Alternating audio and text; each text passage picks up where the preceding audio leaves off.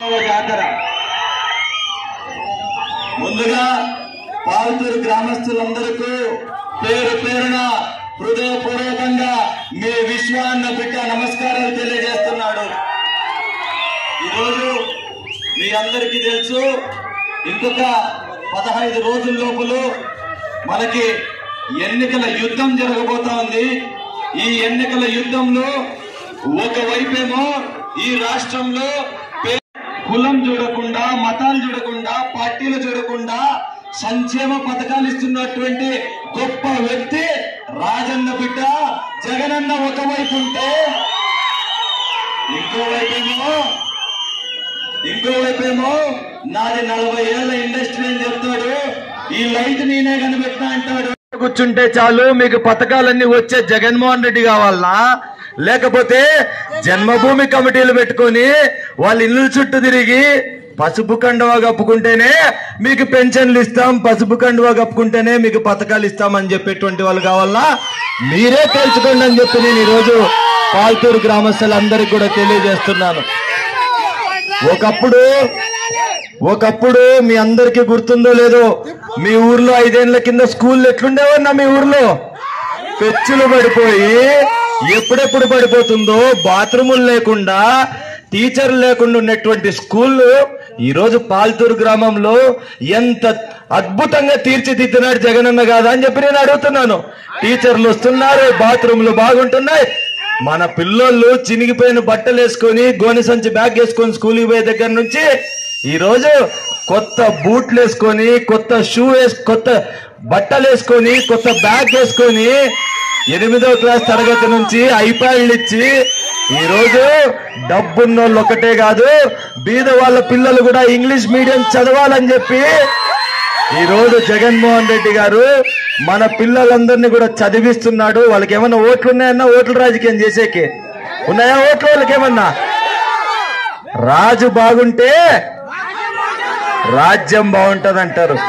ఆ రాజు బాగున్నాడు కాబట్టే ఈరోజు ఎక్కడ కూడా ఓటు కోసమే ఎప్పుడు కూడా రాజకీయం చేసినటువంటి వ్యక్తి కాదు జగనన్న అని చెప్పి మీ అందరికీ నేను తెలియజేస్తున్నాను. మీరు చూసినట్టయితే కొద్దిసేపు ప్లీజ్ గొంతు బాగాలేదన్నా, రోజు మాట్లాడి కొంచెం అర్థం చేస్తా.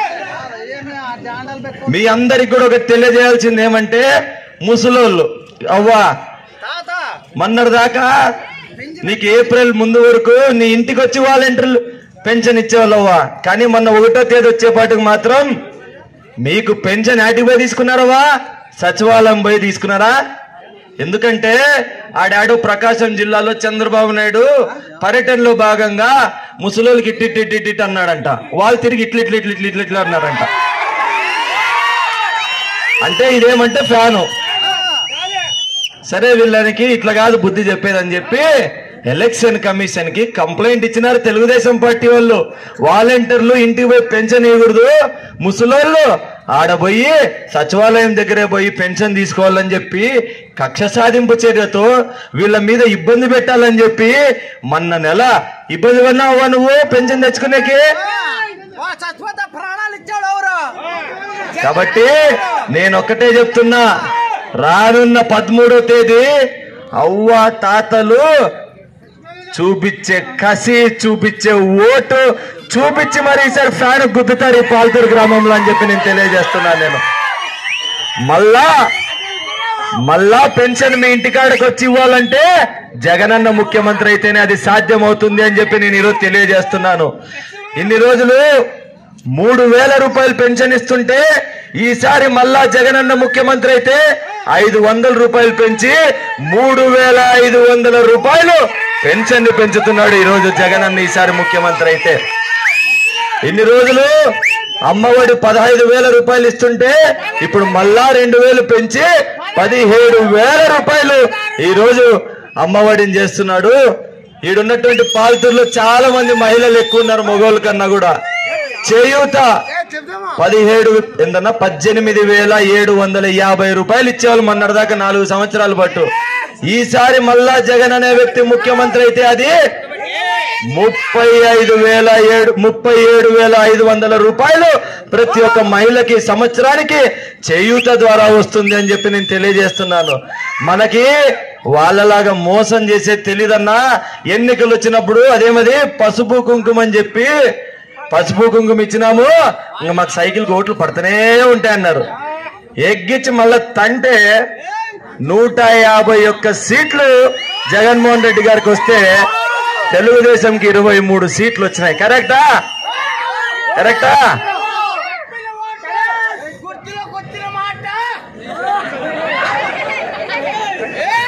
కాబట్టి నేను ఒక్కటే చెప్తున్నాను అందరికి కూడా, పాల్తూరు గ్రామస్తులందరికి కూడా, మళ్ళా మన ఇంట్లో కూర్చుంటే మనం పెన్షన్లు తీసుకోవాలా, మనం ఇంట్లో కూర్చుంటే మనకు మళ్ళా పథకాలు రావాలంటే మాత్రం ఎవరు రావాలా? జగనన్న ముఖ్యమంత్రి అయితేనే ఇది సాధ్యమవుతుంది అని చెప్పి మీ అందరికి కూడా పాల్తూరు గ్రామస్తులకు తెలియజేస్తూ, ఈరోజు మోసప హామీలు ఇస్తున్నటువంటి తెలుగుదేశం పార్టీ వాళ్ళకు మేనిఫెస్టోనే లేదు. మొన్నటిదాకా అదేందో సిక్సర్లు అని తిరిగితే దాన్ని చింపి పక్కకేసి ఇప్పుడు మళ్ళా 3 పార్టీలు ఉమ్మడి మేనిఫెస్టో వస్తుందంట. అది వచ్చేది లేదు, అది వచ్చే వరకు తిరగరంట. ఆ పార్టీకి 13వ తేదీ వచ్చి ఎలక్షన్లు అయిపోతాయి వాళ్ళకి వచ్చేవాటికి. కరెక్టా? ఇకపోతే మనం ఉరవకొండ రాజకీయాలు మాట్లాడదామా? రైట్. ఫస్ట్ మీ ఉరవకొండ గురించి మాట్లాడి లాస్ట్ లో పాల్తూరు గురించి కూడా మాట్లాడతాం.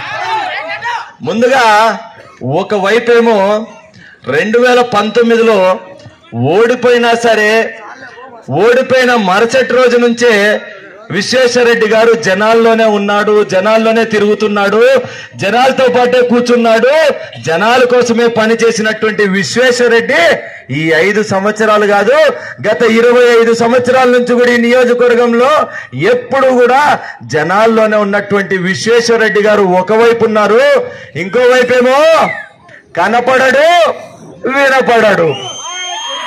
ఆఖరికి మొన్న ఒక తెలుగుదేశం పార్టీ నాయకుడు నా దగ్గర చెప్తున్నాడు, ఏమనంటే, అన్నా మాకు తిరుమల తిరుపతి దేవస్థానంలో ఆ వెంకటేశ్వరుడి దర్శనం అయినా దొరుకుతుందేమో గాని మా నాయకుల దర్శనం మాత్రం దొరకదన్నా అని చెప్తున్నారు.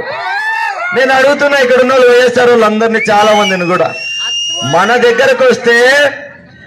దగ్గరకు వస్తే మన వాళ్ళందరూ కూడా మా పక్కన కూర్చుంటారు, చైర్లు వేసుకొని మాతో పాటు మాట్లాడతారు, భోంచేస్తారు, టీ తాగుతారు. నేను అడుగుతున్న తెలుగుదేశం వాళ్ళు ఎవరైనా ఒక్కరన్నా కూర్చుంటారా? వాళ్ళ నాయకుడి దగ్గర కూర్చుంటారా? వాళ్ళ నాయకుడి దగ్గర కూర్చుంటారా? ఇప్పుడు దాకా పాల్తూరులో ఎన్నిసార్లు మా దగ్గరకు వచ్చింటారు, కొన్ని 100 సార్లు కలిసింటాం మనమంతా. వాళ్ళ నాయకుడు ఎక్కడా? వాళ్ళకే కనపడ్డు. వాళ్ళని కొన్ని గౌరవిస్తాడంటే కూర్చోబెట్టుకునేది ఉండదు. వాళ్ళ దగ్గర పోతే ఇట్లా నిల్చోవాలంట, ఇట్లా నిల్చోవాలంట. మళ్ళా ఎలక్షన్ల కోసం రాజకీయం చేసే వాళ్ళు కావాలనా, లేకపోతే ప్రజల కోసం ఉంటూ ప్రజల్లోనే తిరుగుతూ మీకోసం పనిచేస్తున్నటువంటి విశ్వేశ్వరరెడ్డి కావాలా? మీరే తెలుసుకోండి అని చెప్పి ఈరోజు నేను పాల్తూరు గ్రామస్తులందరికీ కూడా తెలియజేస్తున్నాను. ఒక విషయం ఏమంటే, ఈ నియోజకవర్గంలో ఎప్పుడూ లేనంత విధంగా దాదాపుగా ఈ రాష్ట్రంలోనే కడప నియోజకవర్గం తర్వాత అత్యధికంగా ఈ ఉరవకొండ నియోజకవర్గానికి 23,400 ఇళ్లు శాంక్షన్ అయితే 16,000 ఇళ్లు ఈ రోజు ఈ నియోజకవర్గంలో కట్టుకున్నారు. నేను అడుగుతున్న, ఈ పాల్తూరులో ఎన్ని కట్టుకున్నారు తెలుసా? ఈ 5 ఏళ్లలో 500 పైచులకు ఇల్లులు కట్టినారు. నేను అడుగుతున్న, తెలుగుదేశం వాళ్ళు ఎన్ని కట్టించినారన్న మీ ఊర్లో పోయిన 5 ఏళ్ళు? కట్టించినారా? ఎన్ని? 30 పట్టాలు ఇచ్చినారా వాళ్ళు?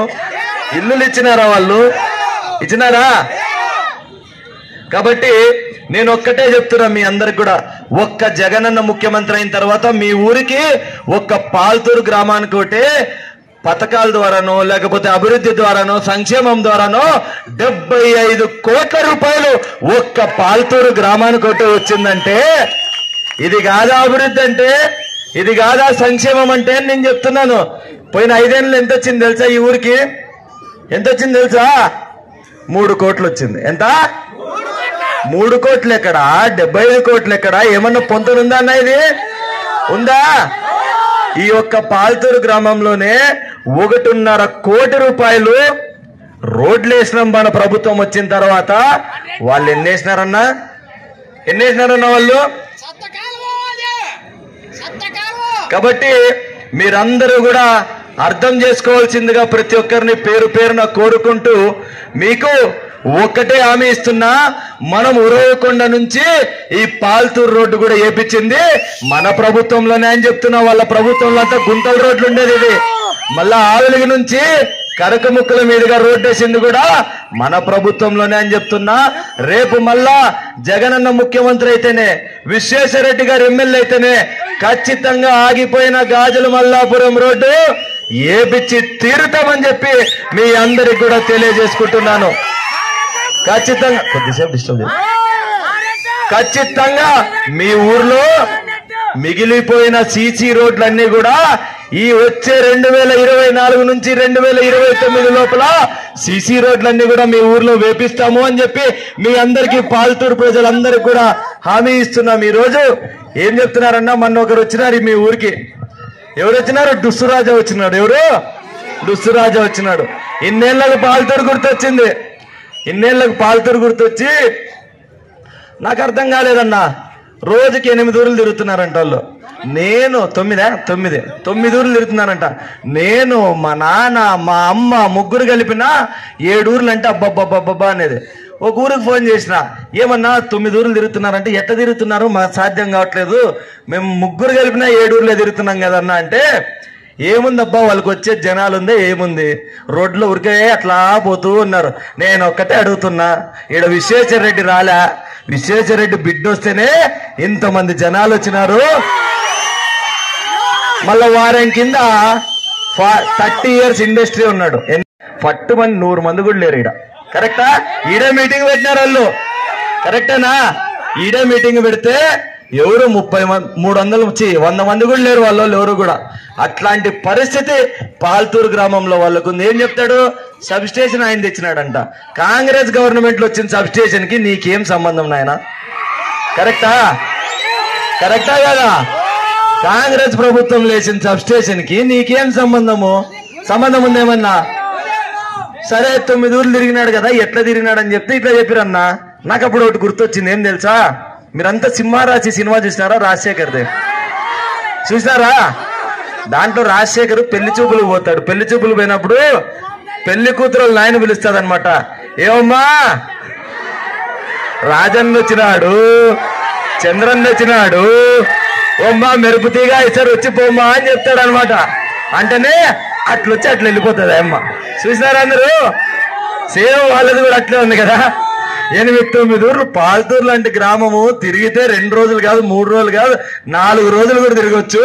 అసలు 40 నిమిషాల్లో ఎట్లయిపోయిందో నాకైతే అర్థం కాలేదు అసలు. అట్లా వాళ్ళ పద్ధతి ఉంది. మీకు ఒకటి తెలుసా అన్న? ఇంకొకటి, 94 నుంచి 2024 ఎన్నెళ్ళైనా 30 సంవత్సరాలు రాజకీయాల్లో ఉంటూ, 20 ఏళ్ళు ఎమ్మెల్యేగా ఉంటూ, 15 సంవత్సరాలు అధికార పార్టీలో ఉంటూ, 15 సంవత్సరాలు ప్రతిపక్ష పార్టీలో ఉంటూ, ఈ ఉరవకొండ నియోజకవర్గానికి ఇదిగో నేను ఇది చేసినాను కాబట్టి నాకు ఓటేయండి అని అడిగే దమ్ము, ధైర్యం ఈ నియోజకవర్గంలో పయ్యావుల కేశవ్ కానీ తెలుగుదేశం వాళ్ళకి కానీ ఉందా అని చెప్పి నేను అడుగుతున్నాను. నేను మీకు తెలుసా ఒక మాట? పాల్తూరులకు మాట తెలుసా? 30 ఏళ్ళు రాజకీయాల్లో ఉండి సొంతూరు అయినటువంటి కౌకుంట్ల రాంపురం నుంచి మైలారంపల్లికే మట్టి రోడ్డు. తెలుసా? వాళ్ళూరికే ఏం చేయలేనాడు పాల్తూరుకు వచ్చి ఏం చేస్తాడన్నా? ఏమని చేస్తారా? నేను చిన్నప్పుడు టీవీలో చూస్తుంటున్నా, రాజశేఖర రెడ్డి సార్ చెప్పేవాడు చంద్రబాబు నాయుడు గురించి, అమ్మకు అన్నం పెట్టనోడు పిన్నమ్మకు బంగారు గాజులు కొనిస్తాడా అని చెప్పి అనేవాడు అనమాట. సొంత ఊరికి ఏం చేయలేనాడు పక్కూరికి వచ్చి ఏమన్నా చేస్తాడంటే జనాలు నమ్ముతారా అన్నా అని అడుగుతున్నాను నేను. ఇన్నేళ్లలో నువ్వు ఏమీ చేయలేనాడు కొత్తగా వచ్చి ఏం చేసేది ఉందన్నా అని చెప్పి నేను అడుగుతున్నాను నేను. ఈరోజు వైఎస్ఆర్ కాంగ్రెస్ పార్టీ కార్యకర్తలకు, నాయకులకు, మా అందరికి కూడా ధైర్యంగా వాళ్ళలాగా అది ఇంటింటికి తిరుగుతాం. ఇదిగో అక్క మీ ఇంట్లో రైతు భరోసా వచ్చింది, మీ ఇంట్లో ఇదిగో అక్క చేయూత వచ్చింది, మీ ఇంట్లో అమ్మఒడి వచ్చిందని చెప్పి ప్రతి ఇంటికి ఇదిగో అక్క మీ ఇంటికి 2,70,000 వచ్చింది, మీ ఇంటికి 3 లక్షలు వచ్చింది, మీ ఇంటికి 4 లక్షలు వచ్చిందని చెప్పి తిరిగే ధైర్యం మన వైఎస్ఆర్ కాంగ్రెస్ పార్టీ కార్యకర్తలు అందరికీ ఉంది. నేను అడుగుతున్న పాల్తూరు గ్రామంలో తెలుగుదేశంలో ఒక్కింటికన్నా పోతారా మీ ఇంట్లో ఇది చేసినామని చెప్పి? చేయగలుగుతారా? ఉందా వాళ్ళకే ధైర్యం? మామూలు మన కండువ ఎట్లుంటది అన్న, పైన నుంచి కింద వరకు ఒకటే రకమైన కండువ ఉంటది. కానీ వాళ్ళు ఎట్లుంటది తెలుసా, ఇదిగో ఈడి నుంచి ఈడి దాకా తెలుగుదేశం కండువ, ఈడి నుంచి ఈ రోజేమో జనసేన కండువ, ఈడి నుంచి ఇటుకేమో బీజేపీ కండువ. కరెక్టా? నిజమా కదా? మళ్ళా మంచి చేసే జగనన్న కోటేద్దామా ఈసారి? మనతో పాటు తిరిగే విశ్వేశ్వరరెడ్డిని గెలిపించుకుందామా ఈ నియోజకవర్గంలో? లేకపోతే విజయవాడలో కూర్చునే వాడిని గెలిపించుకుందామా ఈసారి? వద్దు కదా, మనతో పాటు ఉండాలని గెలిపించుకుందామా? గెలిపించుకుందామా? మన గుర్తు. అదే విధంగా ఇక్కడ చాలా మంది ముస్లింలు కూడా ఉన్నారు, నువ్వు మర్చిపోయినా. ఇక్కడ ఉన్నటువంటి ముస్లింలకు అందరికీ నేను ఒక్కటే మాట చెప్తున్నా, రేపుగిన పొరపాటునగిన తెలుగుదేశం ప్రభుత్వం వచ్చిందంటే తెలుగుదేశం కోటేసినా ఒకటే, బీజేపీ కోటేసినా ఒకటే. బీజేపీ వాళ్ళు ఏం చెప్తున్నారు, ముస్లింని రాష్ట్రంలో కాదు ఈ దేశంలో లేకుండా చేస్తాం, 4% రిజర్వేషన్ కూడా తీసేస్తామని చెప్తున్నారు. ఒకవేళ మీరిగిన పొరపాటున ముస్లింలు ఎవరైనా కూడా తెలుగుదేశం కోటేస్తే అది బీజేపీ కోటేసినట్టే అని చెప్పి నేను ఈరోజు ప్రతి ఒక్కరికి కూడా తెలియజేసుకుంటూ, అదే విధంగా పాల్తూరు గ్రామంలో కన్నడ మాట్లాడే వాళ్ళు కూడా చాలా మంది ఉన్నారు అనుకుంటా. ఉన్నారా? ఉన్నారా? ఉన్నారా? కూడా ನಾನು ಕೇಳ್ತಿದ್ದೀನಿ, మన గుర్తు మన గుర్తు మన గుర్తు ఫ్యాన్ కొట్టేస్తే చల్లగా ఉండొచ్చు అన్న. ఏమన్నా ఫ్యాన్ కొట్టేస్తే చల్లగా ఉండొచ్చు. లాస్ట్ కి సైకిల్ దొక్కొని వచ్చిన తర్వాత చెమటలు పుడితే వాళ్ళు కూడా ఫ్యాన్ కిందకి రావాల్సిందే. కరెక్టేనా? రైట్. మళ్ళీ అయితే థ్యాంక్ యూ. ఇంకా చాలా ఊరంతా తిరిగేది ఉంది. మీ అందరికి కూడా పేరు పేరున హృదయపూర్వకంగా ధన్యవాదాలు తెలియజేస్తున్నా.